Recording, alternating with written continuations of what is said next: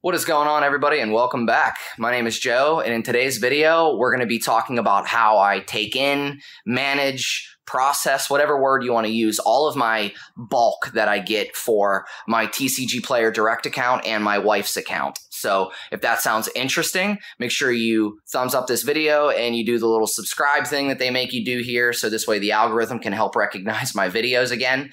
And I appreciate all the support. So we try to make videos at least once a week here, just going over my life involving Pokemon. I buy and sell a lot of stuff, and then just deals that I make and things like that. So if you have any questions, please feel free to put those down below. And one last thing before we get into this video, I do have all of my links down below. I have my Collectr App and all of that, because I do have a lot of people asking me how much my collection has grown over the last year or so since my last video. So yeah, let's get into this.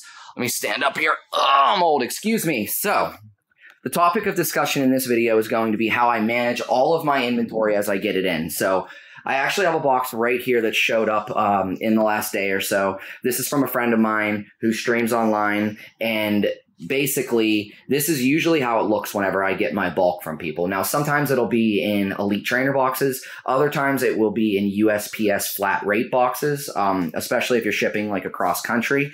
The USPS flat rate is the best way, but the boxes are obviously not made so well, so I don't want to really get into that in this video. I've had a lot of issues with USPS flat rate boxes. So when I get bulk in like this, usually what I'll do from here is, if I need to, I will transfer it into other boxes that's more appropriate for storage. And this is just short-term storage. And I'll usually put them right here on my shelf. And this tells me that this is all stuff that is completely 100% unsorted in no way, shape, or form. So from there, what I'll do is usually I will lay everything out here on my counter. I apologize, I don't have a dedicated workspace. You guys can make fun of me.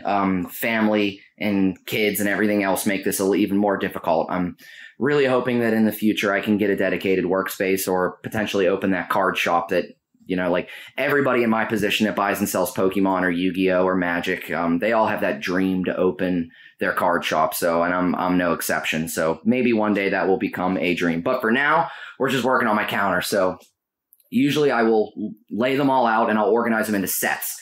Then once I have them organized into sets, I will bring them back here into my back room, where I have some tables and some end tables set up. And as you can see, I have them all separated into sets. I have Crown Zenith is currently out there. I have Vivid Voltage, Rebel Clash, Evolving Skies, Darkness Blaze. I don't need to go through all of them, but you can see everything has its place. There was a lot more cards back here a couple days ago, but me and my wife have probably listed close to 6,000 cards in the last 48 hours, just trying to clear all these out. I actually have another gentleman who contacted me in the last couple days looking to sell me about 30,000 cards. So I really want to move some of these before I commit to another big deal. But either way, like I said, I ramble a lot. You guys just need to deal with it. I apologize. So once I got them listed all into set, I then usually will bring them out here. My wife was actually working on this last night while I was doing this over here.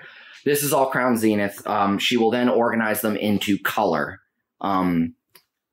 Once they're organized into color, I then usually will bring them over here. I'll lay out all my play mats, so this way I don't damage any of the cards. Try to take care of them as much as possible.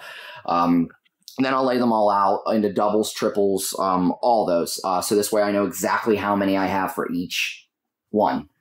And usually at this point, I will go through my personal sets and just double check to make sure that my son and I don't need any of these penny cards that I'm about to get rid of. Last night, whenever I did, this happens to be Silver Tempest. Last night when I did Silver Tempest, there was 3 or 4 normal cards in here that I actually needed for my master set. So getting even closer. You guys should jump onto my Collectr App link and check it out. I believe, if memory serves me correctly, I'm around 87% done with Crown Zenith.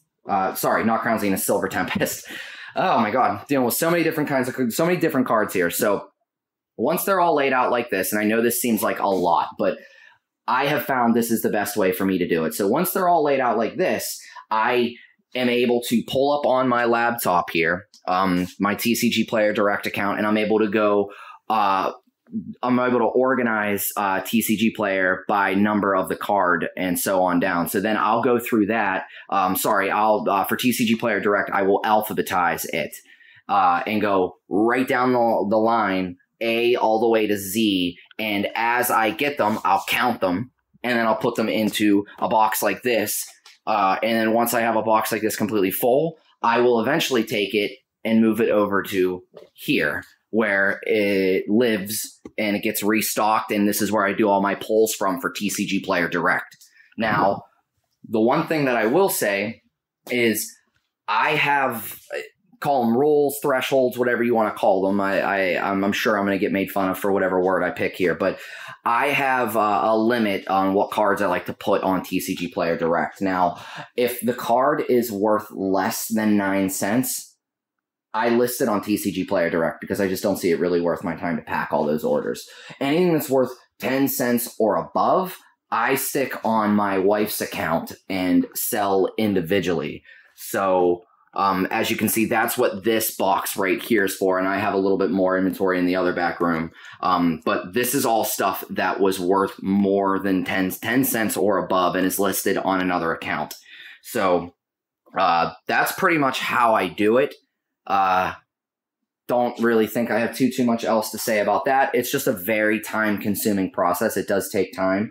But all cards have value, and I do believe that there is a way to sell every single card. You just got to find it.